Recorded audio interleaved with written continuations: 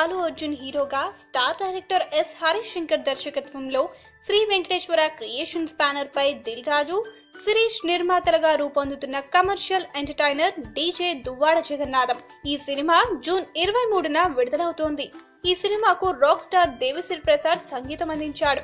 Already విడుదలైన పాటలకు చాలా హ్యూజ్ రెస్పాన్స్ వచ్చింది. ఈ పాటల్లో అస్మైక యోగ, తస్మైక భోగ అనే పాటలో నమకం చమకం అనే పదాలు అభ్యంతకరంగా ఉన్నాయని, ఓ వర్గాన్ని కించపరిచేలా ఉన్నాయని వివాదం చెలరేగిన సంగతి విదితమే. ఈ వివాదంపై స్పందించిన చిత్ర దర్శక నిర్మాతలు తగు చర్యలు తీసుకున్నారు. సెన్సార్ సమయంలోనే నమకం చమకం అనే పదాలను మార్చి వాటి స్థానంలో నా గమకం, నీ సుముఖం అనే పదాలను పొందుపరిచి సెన్సార్ సభ్యుల నుంచి ఆమోదం పొందారు. సినిమాలో ఇకపై రానున్న ఆల్బమ్స్ అన్నింటిలో కొత్త పదాలతో కూడిన పాట వినపడుతుందని దర్శక నిర్మాతలు తెలియజేశారు.